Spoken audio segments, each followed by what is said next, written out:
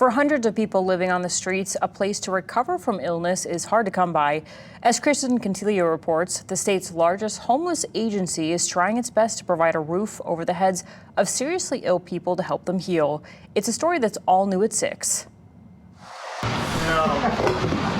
James Haas suffers from depression and anxiety, and with nowhere to go, he's now living temporarily in a home in Kalihi. This place has helped me to heal and has services like to get me back to working and get back to life. It's called a medical respite for people who'd otherwise be left on the streets. Over here, I'm with people who are also healing, so I can relate to them.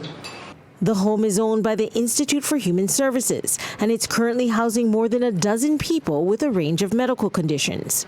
We get individuals from the hospital that aren't sick enough to stay, but they are too sick for the streets.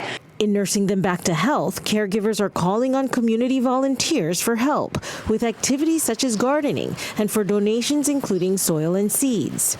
Maybe the pocketbooks aren't real deep, but what the people can bring could be really deep. Perhaps you could help with a garden. Perhaps you can read a book. Perhaps you can help teach the ukulele, teach a hula. They just need some help to get them through. With the end goal of giving them a sense of purpose and eventually helping their guests get into permanent housing in the community.